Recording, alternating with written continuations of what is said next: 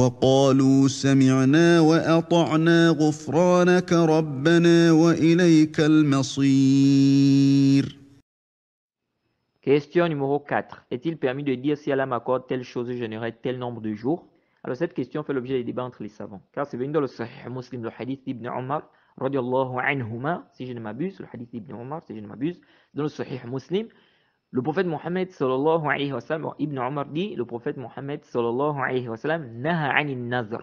Il dit, le prophète a interdit. Il a dit, innama yustakhraju bin nazr min al-bakhil, ou yustakhraju bihi min al-bakhil. C'est-à-dire que ça émane ou ça provient de l'avare. Alors, de là, les savants ont débattu sur la question du vœu. Parce que dans le hadith d'Ibn Omar, il dit le prophète a interdit le vœu. Alors qu'on sait que le vœu est une adoration. Comment on dit encore que c'est interdit? De là, il y a eu tout un débat des savants et je pense que dans les 3 fondements, on avait parlé de ça.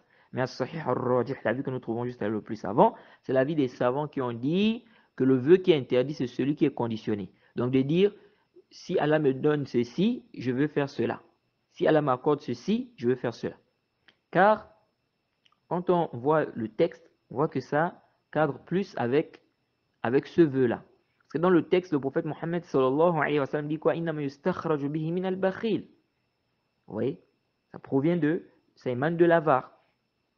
Alors celui-là, c'est comme si il ne va faire ça que si Allah lui donne ça. Il ne va faire ça que si Allah lui donne ça.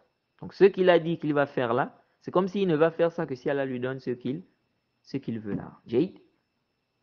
Et ça ne repousse pas le destin. Hein, ça ne modifie pas, comme on dit, le destin, le vœu. Est-ce que vous suivez? Donc, ça, c'est le vœu qui est interdit. Donc, le vœu qui est interdit, c'est ce vœu-là avec condition. De dire que si Allah me donne ceci, je veux faire cela. Si Allah m'accorde ceci, je veux faire cela. On dit, ça, c'est le vœu qui est interdit. Et ça, c'est l'avis de certains savants, tels que l'imam Mohammed al-Amin al-Shanqiti, dans son tafsir. Il a parlé de cette question.